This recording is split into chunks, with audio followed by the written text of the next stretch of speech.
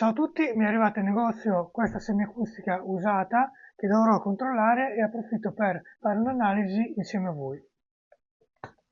Se siete interessati a questo strumento vi lascio il link in descrizione. È una D'Angelico XL, abbiamo una bellissima chitarra semiacustica D'Angelico, addirittura ha ancora la protezione per il pomello, è tenuta in condizioni perfette, è stata suonata pochissimo, ha ovviamente qualche traccia di sudore da ripulire, ma sembra che sia stata suonata davvero poco. Si può notare dal fatto che il tasto è perfettamente integro e non ha l'usura della corda.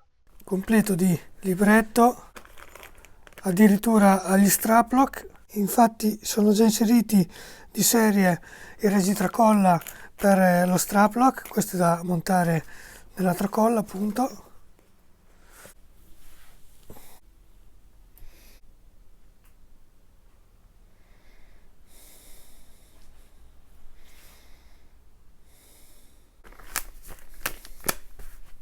Vorrei subito cominciare dal peso, pesa 3,6 kg scarsi, è un peso giusto, c'è una buona sensazione tenuta addosso, è leggermente sbilanciata sulla paletta ma veramente di poco. La paletta col suo classico disegno, la scritta D'Angelico e intarsi in vera madreperla, le meccaniche Grover dorate e il retropaletta verniciato di nero. Questa è la cover del truss rod dove possiamo regolare il manico. Il capotasto non è in osso, probabilmente è in tusk, un materiale sintetico che va a simulare l'osso. Tastiera in palissandro con intarsi i blocchi madreperla con il taglio centrale in abalone. Davvero molto bello, quindi alternato da un taglio e doppio taglio. Nei pick-up, nel ponte e leggermente nella cordiera sono rimasti gli aloni del sudore che hanno corroso leggermente la doratura. L'andremo a pulire delicatamente evitando di mandare via appunto lo strato di doratura che solitamente è molto delicato.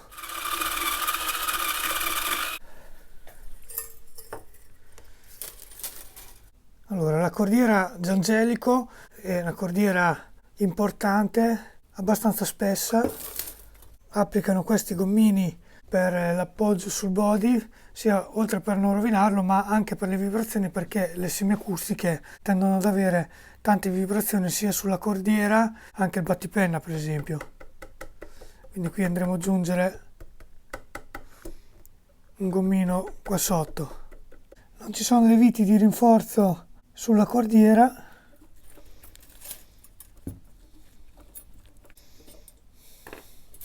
Questo è il filo della messa a terra delle corde. Non so se per dimenticanza nella costruzione o escono di fatto in questa maniera, ma mancano le due viti che andrei ad aggiungere.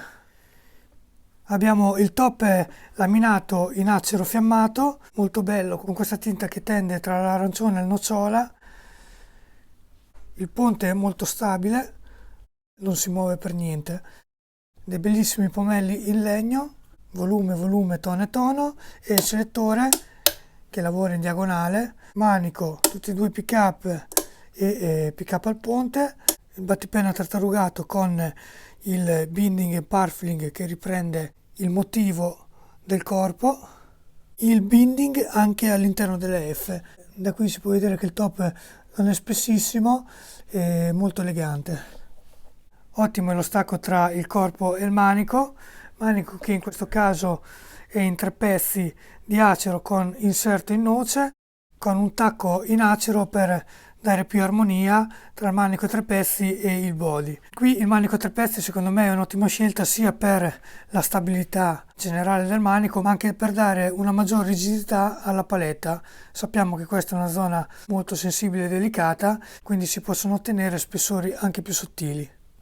La tastiera è in palissandro con una bellissima venatura parallela alla lunghezza del manico, quindi una fibra molto dritta, il binding crema con il purfling nero crema nero che continua perfettamente anche sulla paletta.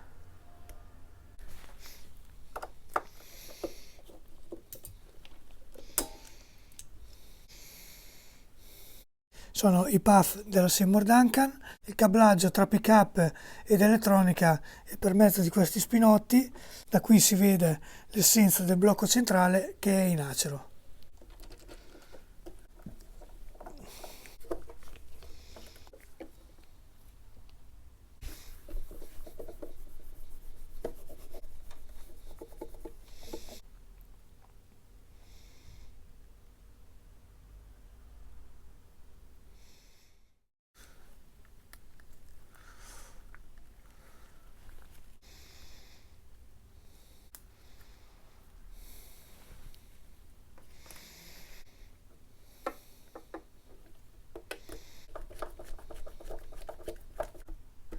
In questo modo non vibra più.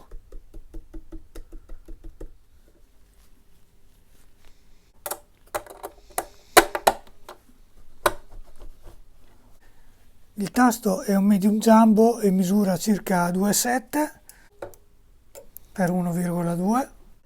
Al capotasto abbiamo circa 43 mm, lo spessore del manico 20,5, con un profilo AC. La rigidità è compensata sia dal materiale del manico, che è in acero e non in mogano come in alcuni modelli, sia dal fatto che è in 3 pezzi. Il tasto non è per niente arrugginito, c'è solo una leggera patina dovuta al fatto che probabilmente è stata ferma per parecchio.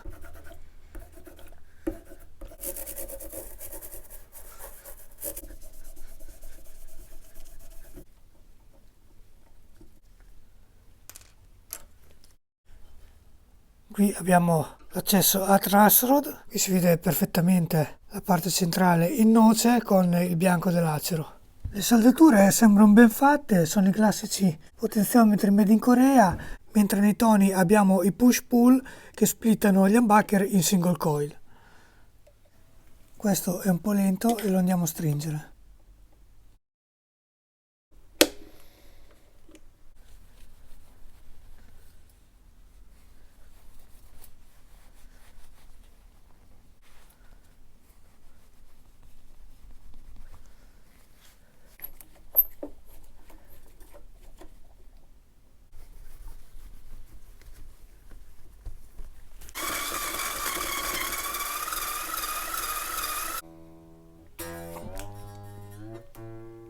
Ora che le corde in tensione hanno dato la direzione ideale della cordiera,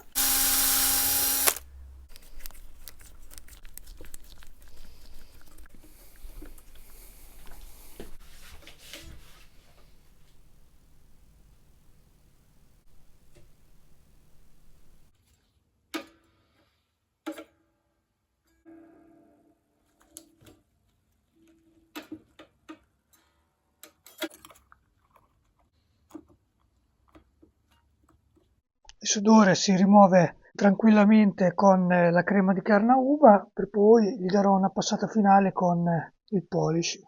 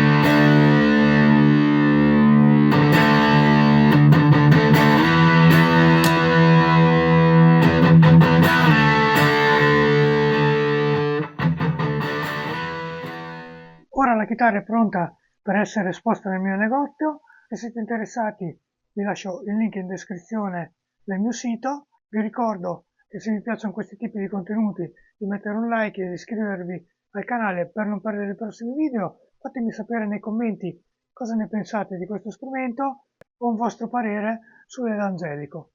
Un saluto a tutti, ciao!